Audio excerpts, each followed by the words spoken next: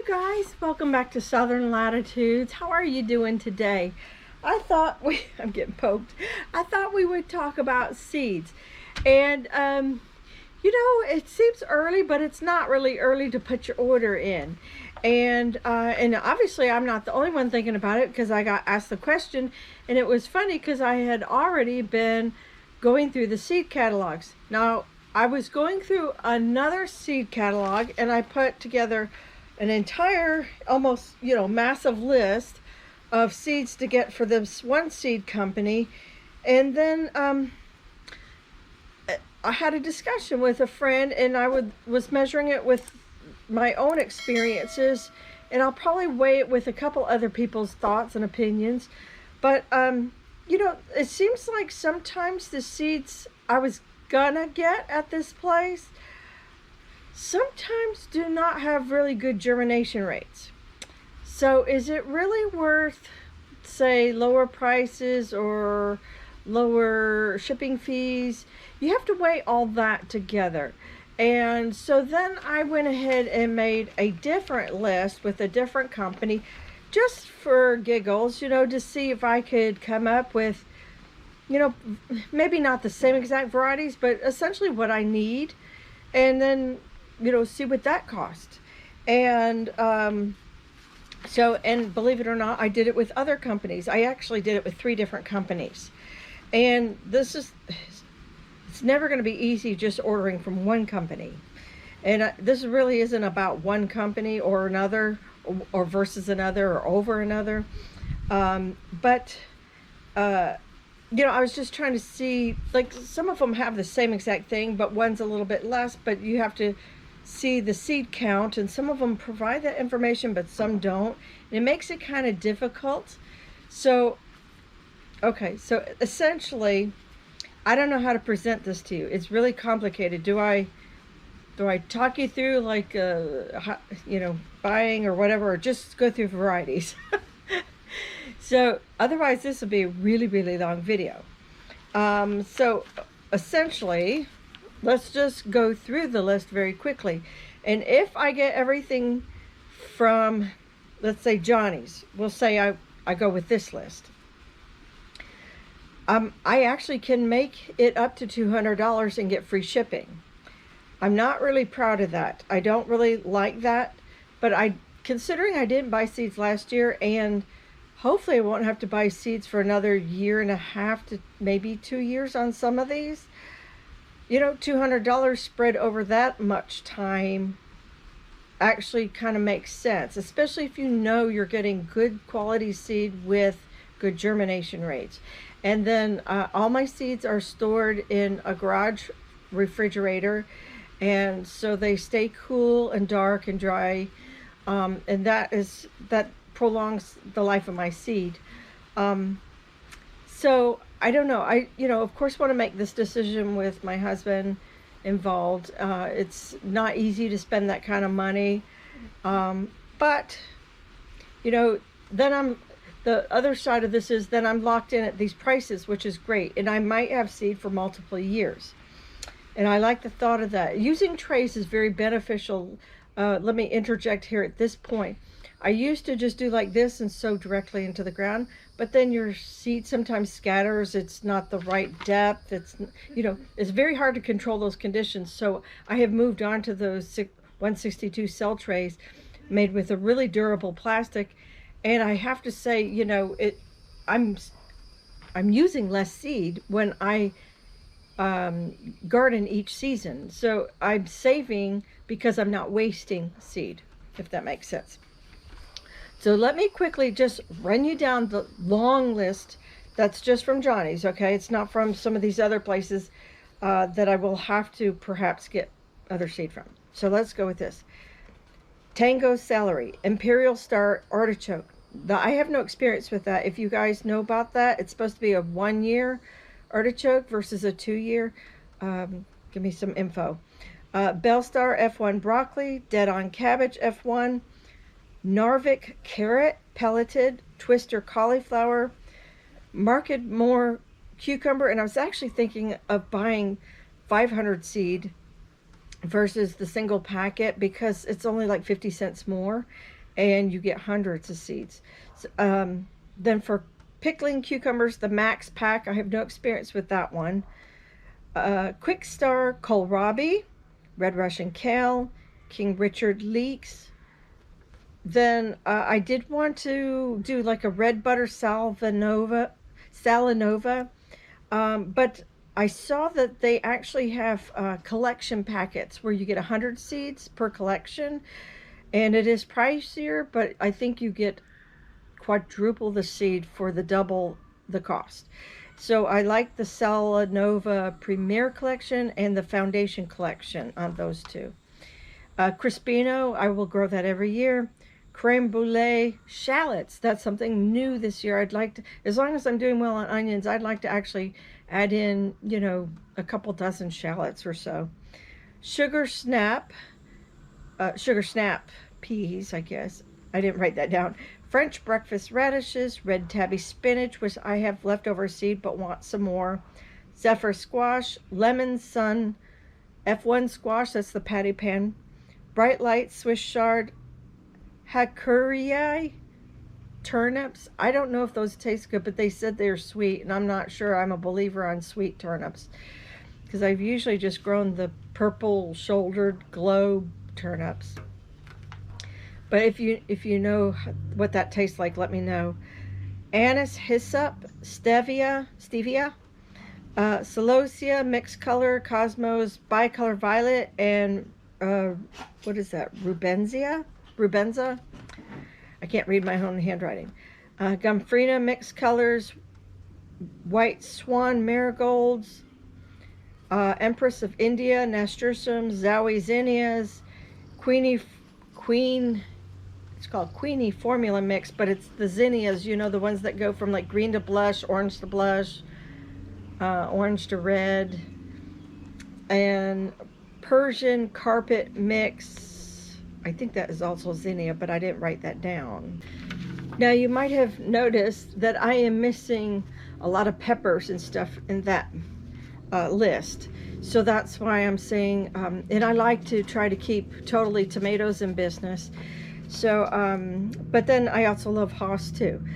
So anyhow, if I go with totally tomatoes, this would be a separate list. I saw Cubanelles, and they have like 100 pack for $3.15. Can hardly beat that price. Giant Marconi, which is only 25 seeds for $5.55. Oh, I didn't mean to start giving prices. Then Jeremy Nardello, Greek Peppercini, Goliath, Sweet Pepper, or King Arthur, or Margaret's. I'm not sure on those for bell pepper, or Ozark Giant. So it'll be one of those for bells. The Big Beef F1 hybrid tomato, I was thinking about that, but I'm already, you know what, let's just cross that off. Because there was so much splitting on the tops of those, I think I'll just go with my South Florida seed. And then there's an option to get Swiss chard here, and I think that was cheaper. The Chef's Choice Bicolor Tomato, Warrior Bunching Onion, and Sunny Delish Patty Pans. So that's an option. Now I was going to them also because they usually sell my Alma paprika peppers, and it's nowhere to be found in their catalog or website. So I'm not, unless I did something wrong with searching around, I'm really sad about that. But I do have these seeds coming that I can save and maybe use.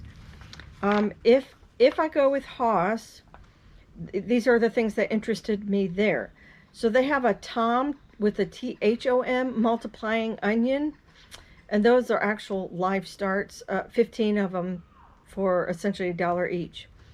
They have the Boston pickling cucumber, which I love, the Georgia Southern collards, very delicious, plethora onion, which I got to get it from somewhere, the Bella Luna, what was that?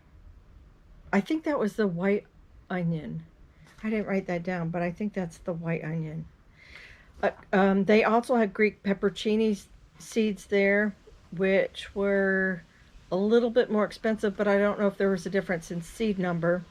The red Marconi pepper, the Aruba Cubanelle, not as cheap as totally tomatoes though. white egg turnip, 1,000 seeds for $4. And super verde tomatia, which I was looking to add that into next summer's seeds. And green crop bush bean, which I may or may not need more of those seeds. I'm growing it now, and I probably have enough seeds, so that's optional to disregard. So that's mostly what I was going to, what I'm considering. Let's see, I'm trying to think. Now, I'm a nerd, right? I already make grocery lists kind of like this for like my Walmart. Where's it? Okay, in this corner.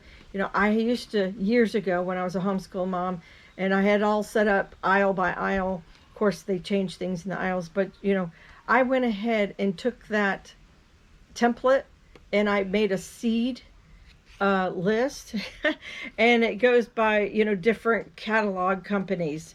And I think pretty much everything that was circled that I like needs or would like to have but don't have in the box, I except for Benning's green tint, I didn't find that squash anywhere. And then I have some fertilizers too, but I think even though I can get that at Haas, I may just shop and support my local feed and seed because I think the price was the same and I don't have to pay shipping on that weight. And so, you know, I want to help her out because I don't buy too much from her, but I would be sad if her business went out of business. Let's see what else. Okay, so all the butter beans and the black eyed peas, all that I save every year. The tomato seeds I usually save every year. I need, like, this seems silly, but I would still like a garden marker and some more of these different type of plastic clips. And well, oh, you know what? Actually, I like that wire. I might just buy another roll of that wire at some point in the future. And then I'm still praying on garlic. If I want to try that again, I may not. It's so much easier for me just to run down to the meat market or something, and they usually have really nice garlic for cheaper. And that way I'm not, you know, holding out space for 6 months on garlic that may or may not work in Florida because it's just not, you know, very cold, and then we only can grow certain varieties and like the elephant types. Here's a list of things that I'm not growing but have grown in the past, and I just want to you know, say you don't want whatever I want, you know, for color or growth habits or whatever. You have raised beds, I have in-ground, who knows, more shade, more sun.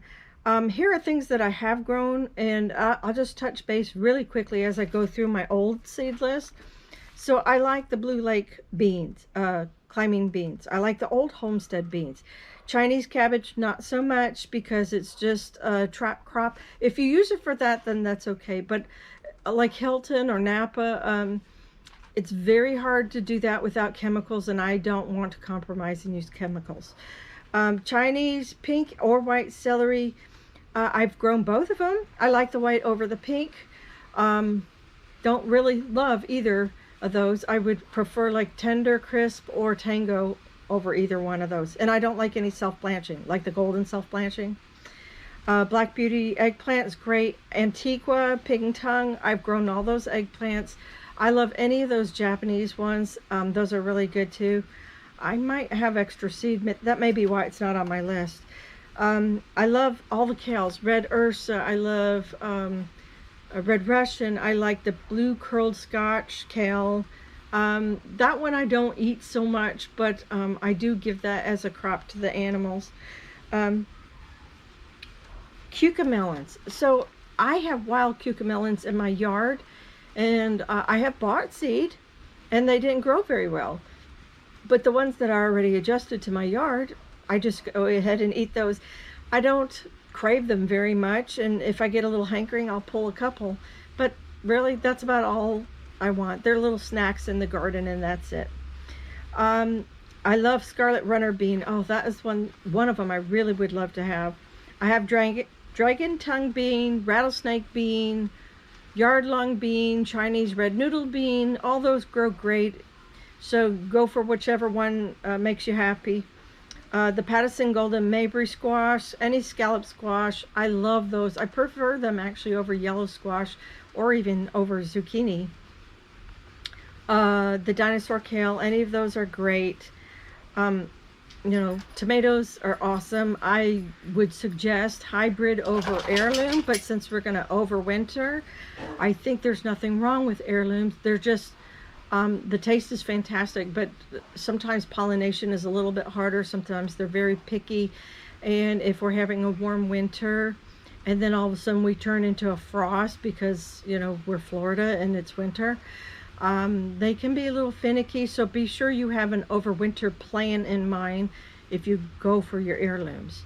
Peppers, you're doing great. If you're gonna grow any of those, I don't know that there's a bad one. I've done arroz con pollo as well, red marconi, bullnose bell pepper, midnight dreams bell pepper, corbaci pepper. I have those growing again for the first time in a while. I love those, but I love them more red than green. That's my little tip. Any of the wild boar things, I did grow the Brad's Atomic Grapes, and they were very, very prolific. I think the best way to eat them is when they're super ripe on the vine. So just know that going into that. Don't pick them early like you do your other tomatoes and wait for them to ripen. I think they're best if you pick them off a couple dry days and they're ripened on the vine. I've tried pork chop a couple times without success, so I can't speak to that. The Purple Russian vintage wine, brandy wine, black brandy wine, any of the vernissage tomatoes, actually those grow pretty good here. Those are all great, just a little difficult, but if you don't have as much going on like I do, they'll probably work out pretty good for you. I like dahlias. I'm hit and miss on the flowers there. I didn't do well with the straw flower or the safflower. Actually, I got those growing, but I just didn't find them to be a highly valued crop. So nasturtiums grow like crazy, 4-o'clocks like crazy, sunflowers like crazy. Amaranth grows great all year long. I have Love Lives Bleeding and Coral Fountain experience. You can do those all summer long if you want. Cucumbers. Okay, so pretty much I like all of them. Any of the Burpless, the Socrates, the Gyneconoecius, the Parenthecarpi. I'm killing those names, right? Those are great, but they're more expensive. But if you can afford it and you got a small area and you want to, go for it. I like Socrates quite a bit, actually. Pumpkins, you got to be very careful. I'll have to put it down below me or next to me, something like that. 2 of the genus species do better in Florida, and then 2 of them not so much. So, and I always get it wrong, and my phone is way over there. So, let's move on to collards. I've done Tiger collards, Top Bunch 2.0, Georgia Southern, and I feel like I've done a 4th type of collards. I think Georgia Southern collards are my most favorite. Quickly followed by the Tiger. So, but I have a little bit of everything out there right now. See, onions. Oh, that's like a whole nother video, but I like them all, really. I think I like any of the bunchings are fine. I prefer the plethora on the yellow granics. I'm kind of new to the white onions. And then for the red, I just found the Chianti to not split compared to the red Creole. That one did split and throw the scapes a little bit faster. So that's why I moved to Chianti, and I'm completely pleased with that variety. I like bouquet dill. I like Giants of Italy parsley. There's also mammoth dill. That's good. Okay, I'm all over the place right now. Genovese basil, sweet Italian basil, all those are great for the winter. Cabbages, let's talk cabbages real quick. So I used to grow Farao, F-A-R-A-O, but then I started growing, and that was okay, but I started growing Brunswick, and I'm pretty much sold on that. And then this past year I met Stonehead, and I really love that variety too. The capture I wasn't as sold on. And I love the Dagon, which is a Savoy type. Let's go back for just a minute on the onions. So two of them I've had on my list for a while, but I have never bought, were the Finley onions and the strawberry onions. And I know somebody growing the walking onions, but I don't know if you have experience with the Finley or the strawberry. Let me know, because I think those are good options for Florida, but I have not seen them for I haven't tried to buy them either. I guess I could try harder, but just kind of thinking about those in future years. Let's see, what else have we not really okra. Okay, so I've tried a lot of different okra. I have done the jambalaya and red burgundy, which I don't think the red tastes any different than the green okra. I think I just really love Clemson spineless. The jambalaya was shorter, and that was nice. I will say it felt like fiberglass in my skin every time you brush up against those leaves. They're very, very spiky, and they do stay shorter and easier to pick. I don't know. I can't remember now, to be quite honest with you, if they just felt more fibrous or not. The red burgundies are great, and pick them younger. Well, any of them really. I think. Okay, let's just throw this out there. So it's sort of like I'm very frugal. So when I grow okra, I'm like, okay, another inch, another inch, another inch. And you're thinking you're getting your money's worth, but really you're not with okra. And probably the same could be said for cucumbers and maybe other things too, but those are the two that come to mind. Sometimes the bigger they get, they're not very good. You want to keep your okra kind of small, about the size that can fit in a pint jar. Much better for eating. And cucumbers too, well, especially pickling, but I don't know what that is, but like you see in the store, the maybe 7 inches or something like that. I think that's like a better eating size. You don't want to get more for your money, because then you got to remember the seeds inside there are also getting bigger, and that's just going to be not texturally good in your mouth. So that's my little preaching for you. Go ahead and pick it. It stimulates the plant to throw out more blooms. I've also done Brickyard tomatoes, Bella Rosa tomatoes, Mama Rosa roasting tomatoes. Those were good, really good. Touchdown bell peppers, I've done those, really nice. Cinder jalapenos. Oh, we didn't talk jalapenos. There's probably not bad jalapenos out there, although I guess that can be debatable. And I don't have a lot of hot pepper experience, like the ones that are scorchers and the Scotch bonnets and the whatevers. I can't even begin to tell you. Watermelon, let's talk about watermelon. So I have done Sugar Baby. I didn't get many. I did it. It's okay. It's a lot of work for me. And I didn't think it was quite worth it, because we eat watermelon, but maybe only 3, maybe a summer at that. And so I'm not sure, the vines stretch out quite large, and so that is not worth my time. It's easier just to go to the store and get a couple of watermelons. I've done Moon and Stars, not successful, and I feel like I've done,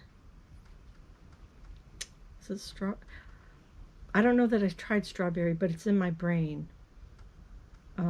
Anyhow, I'm not very good at it, so maybe I just don't have the space, and also the spaces I have that are in the sun. For a while there weren't on irrigation. You definitely need irrigation for that. So you guys, I think this is going to conclude my list. I'm sure there's things I forgot. I tried to go by this really fast so it wouldn't be another 30-minute long video. But you guys, if you have questions about anything, let me know in the comments below. There's so many wonderful things you can grow. Again, the original list that I gave you is like thinking about it in an entire year's worth of seed, not just this winter, but going into next spring and summer as well. So it's, that's my cost is going out over that, but I'm just trying to do one shipping. Well, I'm trying to get the free shipping is what I'm really trying to do with that one company. So you guys, thank you for listening. Let me know what you're growing if you want to in the comments below. Some of you are growing a lot of things. I don't know if you want to type all that out. But I'll talk to you in the next video. Oh, and also if we're quiet for a little bit, we might be unplugging a little bit for the Memorial Day weekend holiday. So you guys take care, God bless, and I'll see you in the next one. Bye.